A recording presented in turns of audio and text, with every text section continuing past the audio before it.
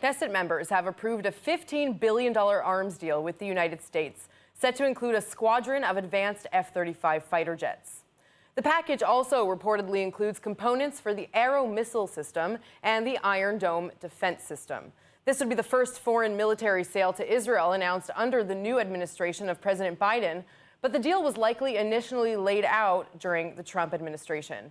Now, joining me now with more is political analyst, American foreign policy expert, and professor at the State University of New York Maritime College, Mark Meyerowitz. Thank you so much for joining me today, sir. What a pleasure.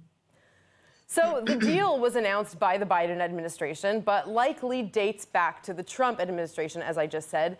Is this a trend we're going to continue to see Biden sort of latching on to policy created by Trump, or will his stance on Israel specifically begin to shift? I don't see the shift there because the long-standing relationship between Israel and the United States in terms of arms sales is rock solid and furthermore has total support in both houses of Congress. So I think this is really a continuation of the great relationship and the great support the United States and its people have for the state of Israel.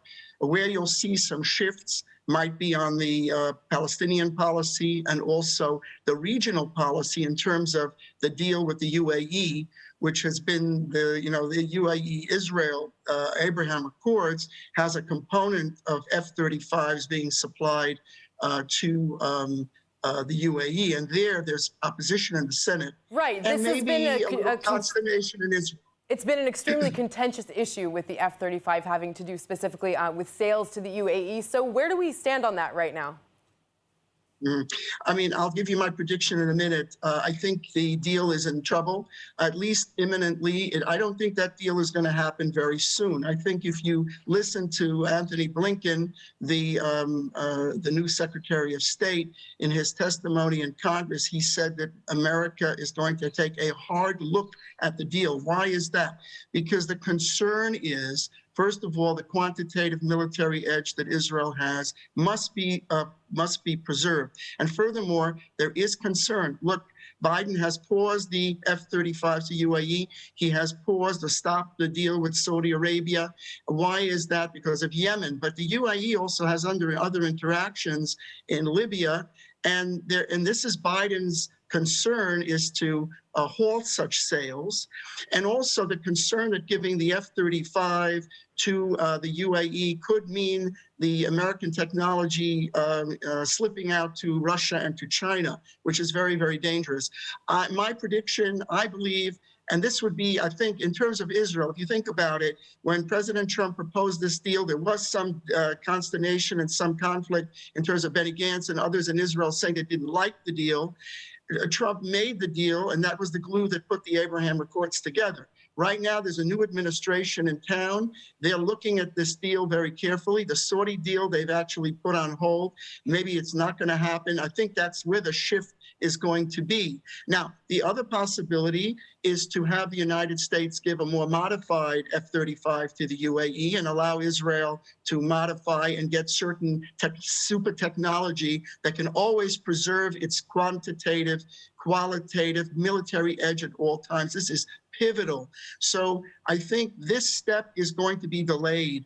And I think that is going to help Israel to do modifications and do things with the United States that it needs to do to preserve its own security. All right, some really interesting shifts going on in the Middle East. Thank you so much, Mark Meyerowitz. My pleasure. Well, Israeli cabinet ministers were summoned Tuesday evening to an urgent meeting amid intensive talks between top Israeli and Russian officials on a humanitarian issue pertaining to Syria. Some ministers saying that the meeting, whose details have been put under embargo by the IDF military censor, revolved around a sensitive security issue. While the details of the meeting remain unknown, Israeli Foreign Minister Gabi Ashkenazi also had a phone conversation with his Russian counterpart, Sergei Lavrov. Ashkenazi emphasizing Russia's vital role in preventing Iran's progression towards a nuclear capability, as well as its efforts of enrichment in the region.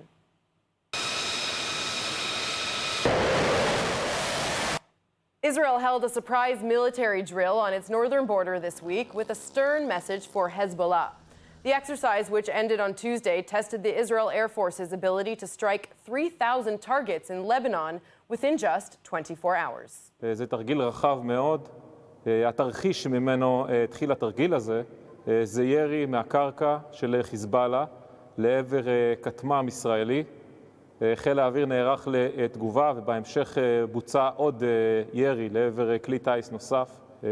אנחנו כחיל דואגים לשמור על העליונות האווירית, ואנחנו לא נוכל לקבל ירי של מערכות נשק לעבר כלי טיס בזירה שבה אנחנו פועלים, ובעצם בתרגיל הזה אנחנו מתרגלים את הפעולות של כל החיל למעבר לחירום, להתמודדות עם איומים כאלו.